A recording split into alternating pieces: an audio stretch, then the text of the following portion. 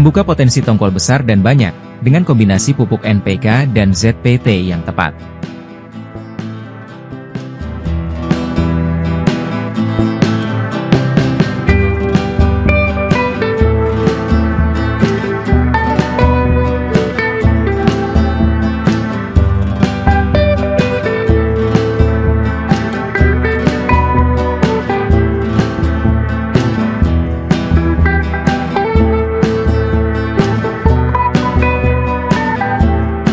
Tanaman jagung, Zeamais, merupakan komoditas pertanian yang memiliki nilai potensial, nilai ekonomi yang tinggi dan termasuk sangat digemari oleh masyarakat.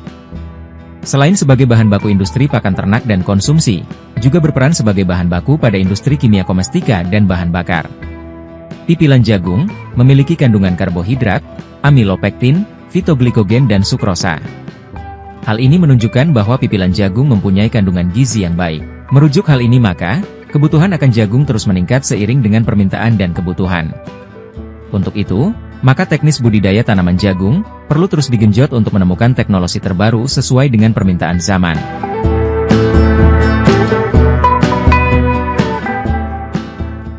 Salah satu faktor adalah pemupukan, di mana pemupukan diharapkan dapat memperbaiki kesuburan tanah, mengganti unsur hara yang hilang karena pencucian, penguapan, direbut gulma dan yang terangkut saat panen.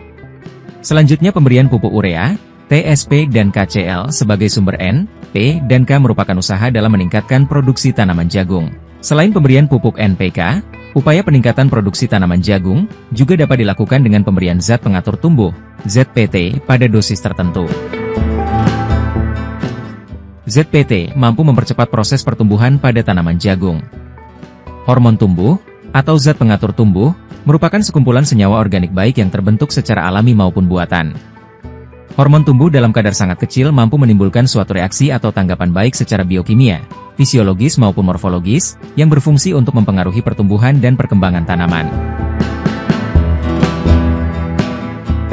Selanjutnya merujuk hasil penelitian yang dilakukan oleh Fakultas Pertanian, Universitas Muhammadiyah Sidoarjo, Jawa Timur, bahwa kombinasi yang tepat antara aplikasi pupuk majemuk NPK 15 dengan ZPT mampu meningkatkan hasil produksi pada tanaman jagung antara 15–20%.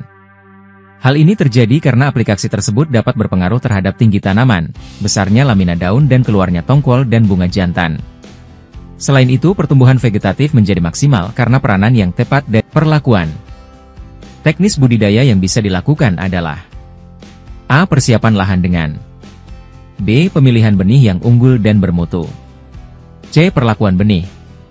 D. Pemupukan pupuk NPK 15 sebanyak 2 kali, selama 1 musim tanam. E. Penggunaan ZPT pada perlakuan benih dan penyemprotan tanaman pada pertumbuhan vegetatif, sebanyak 3 kali. 1. Persiapan lahan. Kalau memungkinkan dengan pembajakan singkal 2 kali dan 1 kali garu. Atau dengan pemakaian bajak rotari 1 kali. Yang terpenting adalah mengukur kadar keasaman tanah, atau pH tanah. Apabila kurang dari netral, maka sebaiknya diberikan kapur pertanian dan atau dolomit. Aplikasi dilakukan bersamaan dengan pembajakan. 2. Pemilihan benih yang bermutu dan unggul. Pilih benih jagung hibrida yang telah memiliki sertifikat BPSB, memiliki label benih sebar dan tidak kadaluarsa, juga disesuaikan dengan lokasi penanaman. Apakah Tropical Rain Fed, Tropical Irrigated, Medium Rain Fed, atau High Tropical Rain Fed? 3. Perlakuan benih.